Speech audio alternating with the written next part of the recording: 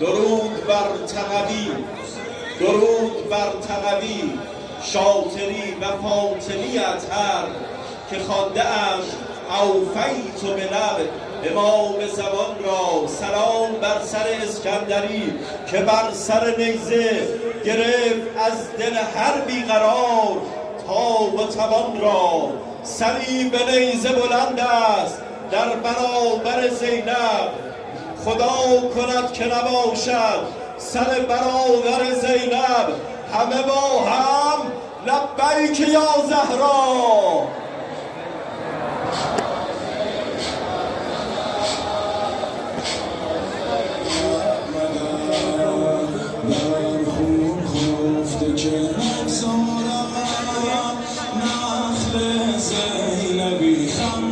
یا حسین، همه با هم زن و مرد در فضای آستان مقدس مسجد جمکران. این شهدا کسانی بودند که به ما ثابت کردند تا پای جان با نثار جان تا آخرین قطره خون پای امام زمانند.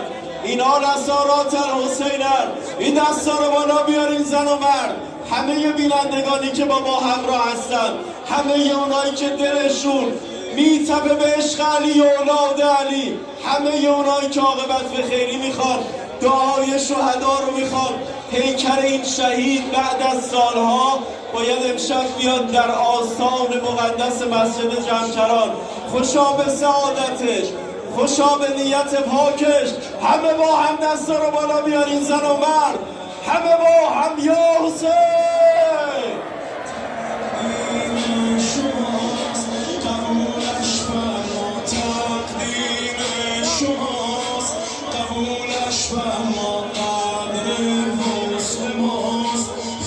خدا خیرتون بده. بفرمایید بشینید، بفرمایید. میهمانان عزیز حضرت، همه جوره پای این انقلاب و نظام ایستادی. گوشمون به کلام رهبر عزیزمونه که بارها عرض کردم، حضرت آیت الله حسن زاده آملی رضوان الله علیه فرمودن گوشتون به دهان رهبر باشه که گوش رهبر به دهان مبارک امام زمانه.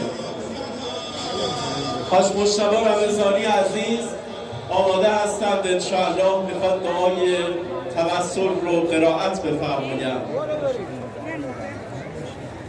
میخواد دعای توسل بخونم با نوای گرمشون توی این مسجد مبارک و مقدس. خدا میدونه چقدر مردم التماس دعا دارن. خدا میدونه چقدر بینندگانی که الان با پای دل اومدن به این مسجد مقدس التماس دعا دارن. بیاد همه شهدا، امام شهدا، رفتگان زبر موقوف باشید. این عشقتون به شهدا ستودنی است. اینا فرزندان خودمونن، اینا فرزندان جبهه مقاومتن. ای خدا انقلاب اسلامی ما رو متصل کن به انقلاب جهانی امام زمان. دعای توسل حاج مجتبی رمضانی آستان مقدس مسجد جمکران، تعجیل در فرج امام زمان. یک صلوات به همراه بعجل فرجهم. صلوات صلوات صلوات.